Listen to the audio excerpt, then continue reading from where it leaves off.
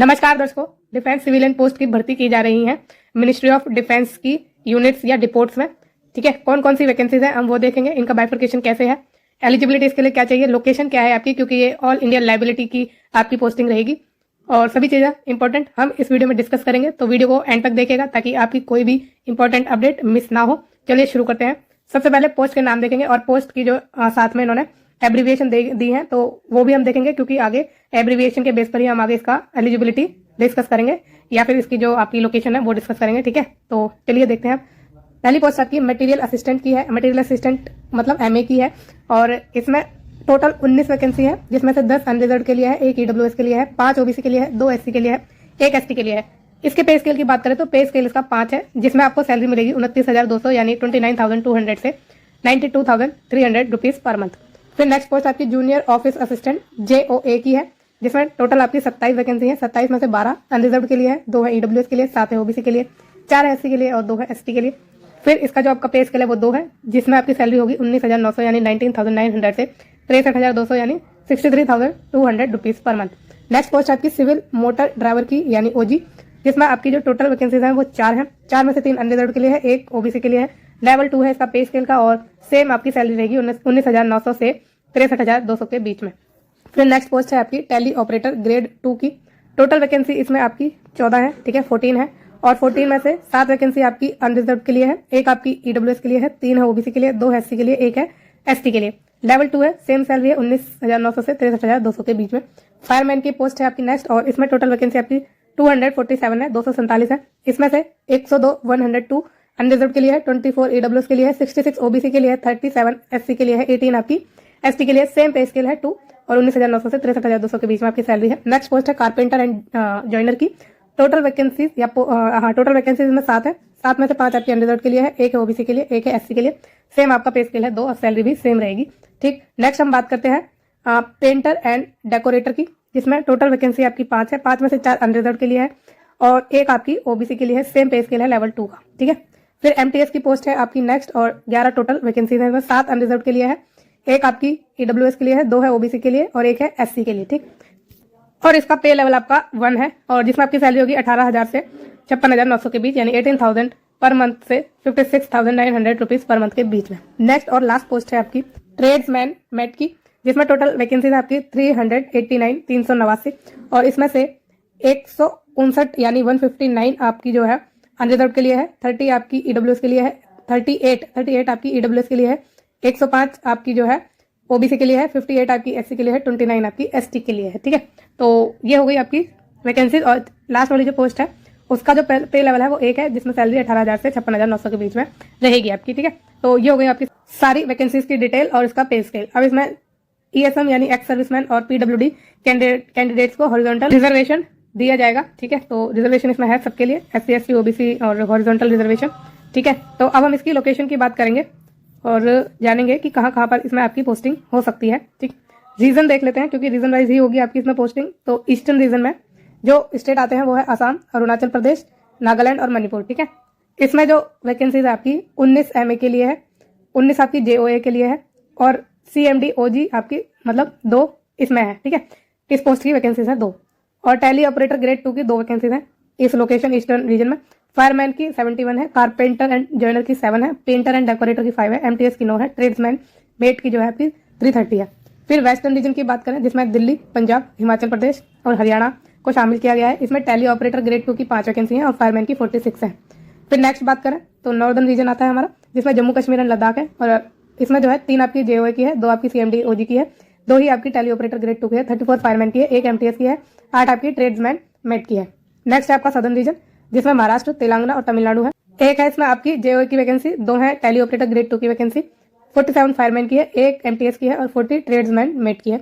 Next आपकी जो post है रीजन है वो है साउथ वेस्टर्न रीजन है, इसमें राजस्थान और गुजरात आता है और इसमें जो आपकी पोस्ट है वो JOA की है और इसमें 4 वैकेंसी है और टैली ऑपरेटर ग्रेड 2 के लिए 2 वैकेंसी है, फायरमैन के लिए 22 है और ट्रेड्समैन मेट के लिए 11 है। सेंट्रल वेस्ट रीजन की बात करें जिसमें मध्य प्रदेश, उत्तर प्रदेश, उत्तराखंड आता है, इसमें टैली ऑपरेटर ग्रेड 2 की पोस्ट है और इसकी 1 वैकेंसी है, फायरमैन की 17 है। सेंट्रल ईस्ट में आपके जो रीजन में स्टेट आते हैं वो है वेस्ट बंगाल, झारखंड, सिक्किम और आपका सिक्किम और इसमें फायरमैन की आपकी पोस्ट है और इसमें आपकी टोटल जो है 10 वैकेंसी शामिल है। फिर नेक्स्ट बात करें कि एलिजिबिलिटी कौन रखते हैं इसमें अप्लाई करने के लिए, तो इंडियन सिटीजन आपको होना चाहिए, या सब्जेक्ट ऑफ नेपाल हो या फिर सब्जेक्ट ऑफ भूटान हो, ठीक है।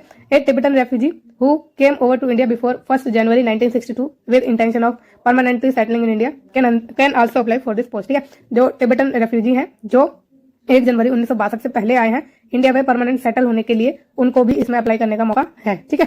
फिर नेक्स्ट चलें आगे, तो अब सीधा इसकी हम क्वालिफिकेशन की बात कर लेते हैं बिना वक्त गवाए। तो मटेरियल असिस्टेंट के लिए जिसमें एज लिमिट आपकी है 18 से 27, इसमें आपको चाहिए कि आप किसी भी डिसिप्लिन से ग्रेजुएट हो, आपकी यूनिवर्सिटी रिकॉग्नाइज होनी चाहिए, या फिर आपने डिप्लोमा किया हो इन मटेरियल मैनेजमेंट या diploma in engineering in any discipline, ठीक है।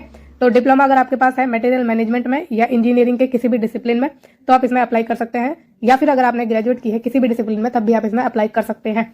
फिर नेक्स्ट बात करें तो ये हमने बात कर ली मटेरियल असिस्टेंट की, ठीक।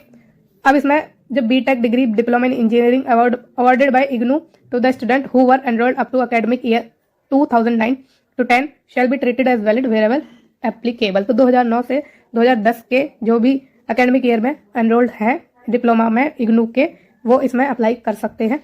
फिर नेक्स्ट बात करें जूनियर ऑफिस असिस्टेंट यानी JOA, जिसकी एज लिमिट 18 से 25 साल के बीच की है, और इसमें आपको 12th होना चाहिए, यानी आपसे इसमें 12th मांगी है बस, और कुछ नहीं मांगा। साथ में आपसे 35 वर्ड पर मिनट की टाइपिंग स्पीड मांगी है इन इंग्लिश ऑन कंप्यूटर, या फिर आपके पास 30 वर्ड पर मिनट की हिंदी में टाइपिंग स्पीड होनी चाहिए, ठीक है। केवल आपसे जो एजुकेशनल क्वालिफिकेशन है वो 12th ही मांगी है, बाकी आपकी टाइपिंग भी इसमें आपसे मांगी है, टाइपिंग आपको आनी चाहिए। नेक्स्ट बात करें सिविल मोटर ड्राइवर OG की, जिसकी एज लिमिट 18 से 27 साल के बीच में है, इसमें आपसे 10th मांगी है ओनली एजुकेशनल क्वालिफिकेशन, और साथ में ड्राइविंग लाइसेंस आपके पास होना चाहिए हैवी व्हीकल का, ठीक है, and have 2 years experience of driving such vehicles, और आपने 2 साल तक जो है ड्राइविंग की हो हैवी व्हीकल की। फिर नेक्स्ट आपका टैली ऑपरेटर ग्रेड 2, जिसमें एज लिमिट 18 से 25 साल के बीच में है, 10+2 यानी 12th आपके पास होना चाहिए with English as compulsory subject. 12th आपने इंग्लिश सब्जेक्ट के साथ कंपलसरीली की हो, और साथ में आपके पास प्रोफिशिएंसी होनी चाहिए हैंडलिंग इन PBX बोर्ड, ठीक है। फिर डिजायरेबल भी इसमें आपसे मांगी है, अगर नहीं है तब भी आप इसमें अप्लाई कर सकते हैं। तो डिजायरेबल आपकी स्पोकन इंग्लिश की फ्लुएंसी मांगी है, ठीक है, डिजायरेबल है। नेक्स्ट है फायरमैन की पोस्ट, और इसमें 18 से 25 साल की एज लिमिट है, 10th मांगा है इसमें, और कुछ भी नहीं मांगा, ना एक्सपीरियंस ना diploma nothing, you have to pass only matriculation, ठीक। तो 10th आपके पास होनी चाहिए।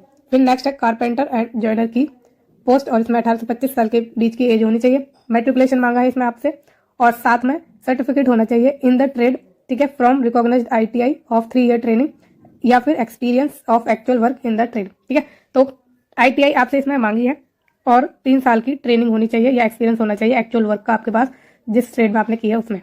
फिर नेक्स्ट बात करें पेंटर एंड डेकोरेटर की, 18 से 25 साल के बीच की एज होनी चाहिए, 10th मांगी है इसमें आपसे, और वही सर्टिफिकेट मांगा है इन द ट्रेड फ्रॉम और रिकॉग्नाइज्ड ITI, और 3 साल की ट्रेनिंग एक्सपीरियंस आपके पास होना चाहिए। फिर नेक्स्ट है MTS की पोस्ट, 18 से 25 साल के बीच की एज होनी चाहिए आपकी, और 10वीं मांगी है इसमें आपसे, सिर्फ 10वीं मांगी है और कुछ भी नहीं मांगा।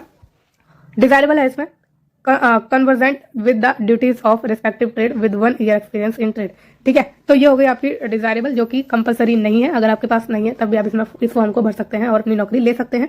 नेक्स्ट बात करें ट्रेडमैन मैट की, तो 18 से 25 साल के बीच की एज होनी चाहिए, और मेट्रिकुलेशन आपके पास हो यानी 10th हो, साथ में आपने certificate in any trade from a recognised ITI, ठीक। तो किसी भी ट्रेड में आपके जो है सर्टिफिकेट अगर आपके पास है तो आप इसमें अप्लाई कर सकते हैं। अब मैं जरा NTS का डिजायरेबल का थोड़ा बता दूं, शायद मैंने बताया नहीं, मिस कर दिया है। तो आप जो है अपनी जो ड्यूटीज हैं रेस्पेक्टिव ट्रेड में, उसमें जो है दक्ष होने चाहिए यानी एफिशिएंट होने चाहिए 1 साल के एक्सपीरियंस के साथ, ठीक है। तो ये तो हो गई आपकी इसकी डिटेल, और बात करें अब हम आगे, तो सारी चीजें अब हमने इसके एजुकेशनल रिलेटेड सब डिस्कस कर ली है। अब बढ़ते हैं हम आगे, ठीक है। अब इसमें आपकी जो डेट ऑफ बर्थ है, ठीक है, वो मैट्रिकुलेशन के बेस पर होनी चाहिए, मतलब आपको जो 10th का सर्टिफिकेट है उसमें जो आपकी डेट ऑफ बर्थ है वो सेम भरना, अपनी अलग मत भरना। जानते हैं कुछ और डिटेल्स। ये आपका एज रिलैक्सेशन है, कैसे आपको एज रिलैक्सेशन मिलेगा। तो अगर आपका एज लिमिट क्रॉस हो रहा है तो आप इसे देख सकते हैं, ठीक है, गो थ्रू कर सकते हैं इससे। नेक्स्ट चलें आगे, तो ये आपकी एक्स सर्विसमैन की एक्सप्लेनेशन है कि कौन एक्स सर्विसमैन में आएगा। तो अब ये एग्जाम सेंटर कुछ ज़्यादा आगे बढ़ गए हैं, थोड़ा पीछे चलते हैं क्योंकि इंपॉर्टेंट इंस्ट्रक्शंस हैं ये। तो आपका जो ये फॉर्म है वो ऑनलाइन भरा जाएगा, सबसे इंपॉर्टेंट बात है, जिसका लिंक आपको इस वीडियो के डिस्क्रिप्शन बॉक्स में मिल जाएगा, ठीक है। और candidate to note that all test for the post advertise will be conducted simultaneously. सारे पोस्ट के जो टेस्ट होगा वो साइमल्टेनियसली कंडक्ट करा लिया जाएगा। Therefore candidate are advise to apply for only 1 post to which they prefer to appear. तो आप केवल एक ही पोस्ट के लिए अप्लाई करें, क्योंकि ये सभी पोस्ट का एक ही बार में जो है साइमल्टेनियसली अपना कंडक्ट करा लेंगे टेस्ट, अलग अलग आपको डेट नहीं देंगे कि इस पोस्ट का इस दिन को है, ऐसा कुछ नहीं है। तो आगे अब चले हम, तो ये आप समझ गए होंगे डेफिनेटली। अब इसकी लास्ट डेट की बात करें तो लास्ट डेट आपकी 22 दिसंबर है, ठीक है। ये ऑनलाइन एप्लीकेशन फॉर्म जब खुलेंगे 21 दिन उसके तब से है, तो ये 22 दिसंबर बैठेगी आपकी जो लास्ट डेट है वो। अब बढ़ते हैं हम आगे, तो और कुछ जानकारी जानते हैं important. Option was exercise in the online application shall be final and no request for change shall be entertained. Candidates should ensure that their name, father's name, date of birth, category, marks and other particulars should match as recorded in matriculation or equivalent certificate. तो 10th की जो भी आपकी detail है वो आप अपने application form में भरेंगे, सारी सेम होनी चाहिए, कुछ भी मिसमैच नहीं होना चाहिए। ये आपके डॉक्यूमेंट है जो लगेंगे, ठीक है। जब आप फॉर्म भरेंगे तो आपको तब भी पता चल जाएगा। ऑनलाइन आपको फॉर्म भरना है और अपनी एक्नोलेजमेंट जो है ई एक्नोलेजमेंट उसका प्रिंट आउट या उसको कहीं सेव करके रख लीजिए अपने फ्यूचर रेफरेंस के लिए। अब हम बात करें तो इसका जो रेशियो है, ठीक है, वो इंपॉर्टेंट है थोड़ा, कि नंबर ऑफ वैकेंसीज और आपके जो नंबर ऑफ स्टूडेंट या नंबर ऑफ एडमिट कार्ड्स हैं पोस्ट के लिए, एक पोस्ट के लिए वो कितना है। ये एक पोस्ट का ग्रुप अलग है, एक पोस्ट का ग्रुप अलग है, तो वो हम थोड़ा देख लेते हैं। अब जो पोस्ट है आपकी material assistant, tele operator grade 2 और एमटीएस की, उसका जो रेशियो है number of vacancies versus number of admit card वो है 1:50 पर पोस्ट। एक पोस्ट के लिए जैसे मटेरियल असिस्टेंट की पोस्ट है उस पर यानी एक पोस्ट पर 50 बच्चे बुलाए जाएंगे। और जो पोस्ट है जेओए यानी junior office assistant, civil motor driver, carpenter and joiner, painter and decorator, fireman, tradesman, mate, उसका रेशियो जो है 1:75 है, यानी एक पोस्ट पर 75 बच्चे बुलाए जाएंगे, 75 एडमिट कार्ड जो है अलॉट किए जाएंगे, ठीक है। तो ये तो है आपका कि कैसे आपकी शॉर्ट लिस्टिंग होगी। और ये शॉर्ट लिस्टिंग आपकी जो है किसके बेस पर होगी, आपके मार्क्स के बेस पर होगी, एजुकेशनल क्वालिफिकेशन के मार्क्स पर, ठीक है। क्योंकि अगर नंबर ऑफ कैंडिडेट ज्यादा होते हैं तो ये शॉर्ट लिस्टिंग का मेथड अपनाएंगे आपका जो है पहले टेस्ट के लिए, क्योंकि किसी में 2 स्टेज है आपके इसमें सिलेक्शन की और किसमें एक है। और 2 स्टेज उनके लिए है जिनमें जो है आपका स्किल टेस्ट, एंड्योरेंस टेस्ट या फिर फिजिकल टेस्ट होगा, ठीक है। इनमें से अगर कोई एक टेस्ट आपका होगा, जैसे जेओए में टाइपिंग टेस्ट है तो उसका पहले टाइपिंग टेस्ट होगा, उसके बाद रिटन टेस्ट होगा। ड्राइवर में जो है आपकी motor driver, civil motor driver की जो पोस्ट है उसमें पहले ड्राइविंग का टेस्ट होगा, फिर आपका रिटन टेस्ट होगा। और जो आपकी दूसरी पोस्ट है उसमें जैसे आपकी टेली ऑपरेटर ग्रेड 2 की पोस्ट है या एमटीएस की पोस्ट है तो उसमें केवल रिटन टेस्ट होगा, सिंगल स्टेज टेस्ट है उसमें, ठीक है। ये आप समझ गए होंगे। अब बढ़ते हैं हम आगे और जानते हैं और चीज़ों को। तो ये आपका जो है वेबसाइट है जहां से आपको डिटेल मिलेंगी आपका एडमिट कार्ड के लिए, आपकी सारी चीज़ों के लिए। अब चॉइस ऑफ एग्जाम सेंटर की बात करें तो फर्स्ट कम फर्स्ट सर्व के बेसिस पर है ये, तो फॉर्म जल्दी भरिए ताकि आपको जो आप जहाँ चाहते हैं अपना एग्जाम सेंटर वहां पर आपको मिल जाए। फिर आगे बढ़े तो एडमिट कार्ड आपको मिल जाएंगे आपके जो है वेबसाइट पर। इसमें एक इंपॉर्टेंट बात बताऊं मैं, तो पहले आपका इसमें फिजिकल टेस्ट होगा या स्किल टेस्ट होगा या एंड्योरेंस टेस्ट होगा, उसके बाद रिटर्न टेस्ट होगा। तो जान लेते हैं इसकी थोड़ी डिटेल। फिजिकल एंड्योरेंस या स्किल टेस्ट स्टेज 1 जो है आपकी क्वालिफाइंग इन नेचर है, सिर्फ आपको क्वालिफाई करना है, उसके बाद आप शॉर्टलिस्ट हो जाएंगे स्टेज 2 के लिए। मटेरियल असिस्टेंट जो है जिसमें आपका कोई स्टेज 1 नहीं है तो उसमें सिर्फ आपका रिटर्न टेस्ट होगा। जेओए में जैसा कि मैंने आपको बताया कि इसमें टाइपिंग टेस्ट होगा आपका पहले, जो कि सिर्फ आपको क्वालिफाई करना है, फिर रिटन टेस्ट होगा। CMD OG driving test and verbal questioning about internal functioning of heavy and light vehicle. तो ड्राइविंग टेस्ट तो होगा ही आपका, साथ में आपसे क्वेश्चन पूछे जाएंगे वर्बली, ठीक है, कि आपको कितनी नॉलेज है हैवी एंड लाइट व्हीकल्स की। और उसके बाद आपका रिटर्न टेस्ट होगा। फिर टेली ऑपरेटर ग्रेड 2 में कोई स्टेज 1 नहीं है, सीधा रिटर्न टेस्ट होगा। फायरमैन में आपका फिजिकल मेजरमेंट होगा जिसमें हाइट विदाउट शूज होनी चाहिए आपकी 165 सेंटीमीटर और कंसेशन मिल जाएगा 2.5 सेंटीमीटर का। मेंबर ऑफ एसटी कैटेगरी हो, ठीक है, एसटी कैटेगरी वालों के लिए 2.5 सेंटीमीटर का रिलैक्सेशन है। चेस्ट मेल की होनी चाहिए अनएक्सपेंडेड 81.5 सेंटीमीटर और एक्सपेंडेड होनी चाहिए 85 सेंटीमीटर। वेट मिनिमम आपका 50 kg होना चाहिए। अब फिजिकल एंड्योरेंस टेस्ट की बात करें तो 1.6 किलोमीटर की रन आपसे मांगी है इसमें। कैंडिडेट अदर देन ईएसएम यानी एक्स सर्विसमैन और फीमेल कैंडिडेट उनको 6 मिनट में ये जो है रन तय करनी है। जो ईएसएम नहीं है और फीमेल नहीं है उनके लिए है ये, ठीक है, यानी मेल और नॉन ईएसएम यानी नॉन एक्स सर्विसमैन उनको जो है 6 मिनट में 1.6 किलोमीटर की रन कंप्लीट करनी है। फीमेल कैंडिडेट को 8 मिनट 26 सेकंड दिए जाएंगे रन को कंप्लीट करने के लिए। ईएसएम कैंडिडेट के लिए जो भी 40 साल से नीचे हैं उनको 7 मिनट 11 सेकंड दिए जाएंगे। 40 से 45 साल के बीच वालों को 7 मिनट 48 सेकंड दिए जाएंगे। 45 साल से ऊपर वालों को 9 मिनट 22 सेकंड दिए जाएंगे, ठीक है। Carrying a person of 63.5 kg to a distance of 183 metre within 96 second, ठीक है। तो आपको जो है पर्सन को कैरी करना पड़ेगा 63.5 kg और ये डिस्टेंस आपका होगा 183 मीटर 96 सेकेंड में आपको ये दूरी तय करनी है इतने किलोग्राम के वजन के साथ। फिर clearing 2.7 metre wide ditch landing on both feet long jump. तो लॉन्ग जंप आपकी 2.7 मीटर की वाइड डिच की मांगी है आपसे। फिर climbing 3 metre vertical rope using hands and feet. तो आपको क्लाइंब करना पड़ेगा जो है 3 मीटर की वर्टिकल रोप को आपको हाथ का और पैर का इस्तेमाल करते हुए, ठीक है। उसके बाद आपका रिटर्न टेस्ट होगा। फिर नेक्स्ट आपकी जो कारपेंटर एंड जॉइनर की पोस्ट है उसके लिए आपकी making furniture wooden item with proper finishing and verbal questioning about types of wood furniture and all other pertains to it. तो आपको जो है फर्नीचर बनाना है वुडन का और उसको प्रॉपर फिनिशिंग के साथ बनाना है। साथ में क्वेश्चनिंग होगी आपसे वर्बली कि कितने टाइप के गुड्स होते हैं, बाकी रिलेटेड क्वेश्चनिंग आपसे की जाएगी और रिटर्न टेस्ट इसमें आपका सेकंड स्टेज में होगा। तो नेक्स्ट पोस्ट जो है आपकी पेंटर एंड डेकोरेटर की, उसमें painting of wooden and iron item आपसे करवाई जाएगी, ठीक है। और वर्बल क्वेश्चनिंग की जाएगी आपसे मिक्सिंग ऑफ कलर की, ठीक है। फिर नेक्स्ट स्टेज आपकी होगी रिटर्न टेस्ट की। एमटीएस में सिंगल स्टेज है रिटर्न टेस्ट का, ठीक है। हम नेक्स्ट पोस्ट को देखें तो ट्रेड्समैन मेट की पोस्ट है जिसमें आपसे 1.5 किलोमीटर की रन मांगी है 6 मिनट में और carrying a weight of 50 kg to a distance of 200 metre in 100 second, ठीक है। तो 1.5 किलोमीटर आपको रन करना है 6 मिनट में और 50 kg के वजन के साथ आपको 200 मीटर का डिस्टेंस कवर करना है 100 सेकंड्स में। ये आपकी हो गई PET यानी फिजिकल एंड्योरेंस टेस्ट। और ये एक्स सर्विसमैन के लिए जो है इसमें वो है 1.5 किलोमीटर की रन इन 7 मिनट 11 सेकंड, ठीक है, 431 सेकंड में। और 50 kg के वजन के साथ 200 मीटर डिस्टेंस कवर करना है 2 मिनट में। ये उनके लिए है जिनकी एज 40 साल से नीचे की है और जिनकी एज 40 से 45 साल के बीच में है उनको 1.5 किलोमीटर रन करना है 7 मिनट 48 सेकंड में। 50 kg वजन को कैरी करना है आपको 200 मीटर के डिस्टेंस तक और 2 मिनट में आपको ये कवर करना है। 50 kg वेट आपको उठाना है और 50 kg के साथ आपको 200 मीटर का डिस्टेंस कवर करना है 2 मिनट 10 सेकंड में। फिर जिनकी एज 45 साल से ऊपर है उनको 1.5 रन अपनी लेनी है 9 मिनट 22 सेकंड में और 50 kg वजन के साथ आपको 200 मीटर का डिस्टेंस कवर करना है और इसके लिए आपको टाइमिंग दी जाएगी 2 मिनट 40 सेकंड की। अब यह थी आपकी मेल के लिए। फीमेल के लिए क्या है 1.5 किलोमीटर रन होनी चाहिए 8 मिनट 26 सेकंड में पूरी। फिर 50 kg का वजन आपको कैरी करना है 200 मीटर डिस्टेंस तक और इसके लिए आपको टाइम दिया जाएगा 3 मिनट 45 सेकंड का। फिर उसके बाद आपका रिटर्न टेस्ट लिया जाएगा। अब इसमें सिलेबस की बात की गई है जिसका लेवल पे लेवल 1 और 2 है यानी मैट्रिक लेवल स्टैंडर्ड रहेगा इसका। इसमें जो सब्जेक्ट आएंगे वो है general intelligence and reasoning, numerical aptitude. अब जनरल इंटेलिजेंस एंड रीजनिंग के आपके 50 क्वेश्चन होंगे, मार्क्स 50 होंगे, 2 घंटे का आपका ये पेपर है, ठीक है। 20 मिनट एक्स्ट्रा मिलेंगे for each hour for visually handicapped candidate को, ठीक है, सिर्फ उनको ही मिलेंगे। अब न्यूमेरिकल एप्टीट्यूड की बात करें तो 25 क्वेश्चन आएंगे 25 मार्क्स के। General English 25 question 25 marks, general awareness 50 question 50 marks और टोटल आपका 150 क्वेश्चन 150 मार्क्स का ये पेपर है। 2 घंटे में आपको ये कंप्लीट करना है। अब जो पे लेवल है 2, जिसका लेवल रहेगा मतलब स्टैंडर्ड जो रहेगा क्वेश्चन का 10+2 का रहेगा। इसका जो आपका सिलेबस है उसमें आएगा जनरल इंटेलिजेंट एंड रीजनिंग जिसमें 50 क्वेश्चन होंगे 50 मार्क्स के। न्यूमेरिक एप्टीट्यूड आएगा 25 क्वेश्चन 25 मार्क्स के। जनरल अवेयरनेस आएगी 25 क्वेश्चन 25 मार्क्स के और इंग्लिश लैंग्वेज एंड कॉम्प्रिहेंशन पूछी जाएगी 50 क्वेश्चन 50 मार्क्स के।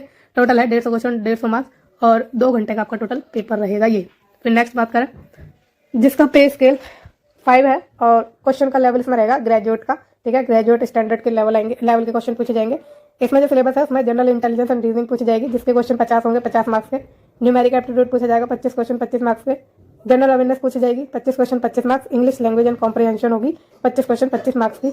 इस तरह आपके 150 क्वेश्चन 150 मार्क्स के रहेंगे और 2 घंटे आपको दिए जाएंगे और विजुअली हैंडीकैप्ड के लिए 20 मिनट एक्स्ट्रा दिए जाएंगे फॉर ईच आवर। फिर आगे बढ़ते हैं। इसमें आपको जो है the paper will consist of objective type यानी मल्टीपल चॉइस क्वेश्चन होंगे। The question will be set of both in English and Hindi, तो दोनों साइड में तैयार होंगे इंग्लिश एंड हिंदी में। फिर एक्सेप्ट जनरल इंग्लिश और ऑब्वियसली इंग्लिश का पेपर इंग्लिश में ही होगा। Examination will be conducted in objective type question and to be answered on optical mark recognition. तो OMR शीट पर आपका ये पेपर होगा यानी ऑफलाइन आपका पेपर है, ऑनलाइन नहीं है और सैंपल आपको इस वेबसाइट पर दिया जाएगा। अब इसमें आपकी नेगेटिव मार्किंग भी है। नेगेटिव मार्किंग आपकी 0.25 यानी 1/4 यानी 25% की रहेगी, ठीक है, ध्यान रखिएगा आप। ये आपका डिटेल सिलेबस है कि क्या क्या और किस लेवल से आपके क्वेश्चन आएंगे, ठीक है। और इसमें पोस्टिंग के बारे में कुछ बताया गया है। Candidates will be required to indicate their choice of region for posting in order of preference. This information will be utilised by general recruitment cell CO army ordnance corps centre Secunderabad to determine the place of posting to the extent feasible in respect of selected candidate. तो आपको जो है अपना preference बताना है reason का कि आप कहाँ पर अपनी पोस्टिंग चाहते हैं और फिर वो जो है आपका AOC यानी आर्मी ऑर्डिनेंस कॉर्प सेंटर तय करेगा। Candidates will remain under all India service liability obligation and are likely to be posted to hard areas, high aptitude areas, remote locality areas, irrespective of choice of region of the candidate based on organizational requirement. Candidate will be under probationary period of 2 years from date of employment. Completion of probation period will be subject to satisfactory performance of the candidate during the tenure. Candidate are liable to be transferred anywhere in India at any time during their service. तो आपकी जो है all India liability है इसमें, मतलब all India transferable job है आपकी है।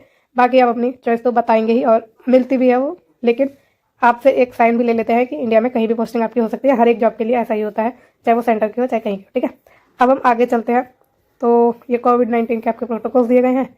बाकी इंपॉर्टेंट चीज़ें तो हम इसमें डिस्कस कर ही चुके हैं। अगर आपको कोई डाउट है, आपको कुछ भी पूछना है मुझसे, तो आप मुझसे कमेंट के थ्रू पूछ सकते हैं या मेरे सोशल मीडिया हैंडल्स पर मुझसे जुड़ सकते हैं। वीडियो को देखने के लिए बहुत बहुत धन्यवाद। कमेंट करके मुझे ज़रूर बताइएगा कि आपको ये वीडियो कैसी लगी है, और फ्यूचर में रेगुलर जॉब्स के अपडेट के लिए और इन टाइम नोटिफिकेशन के लिए प्लीज़ इस चैनल को लाइक, शेयर और सब्सक्राइब जरूर करिएगा। Thank you so much.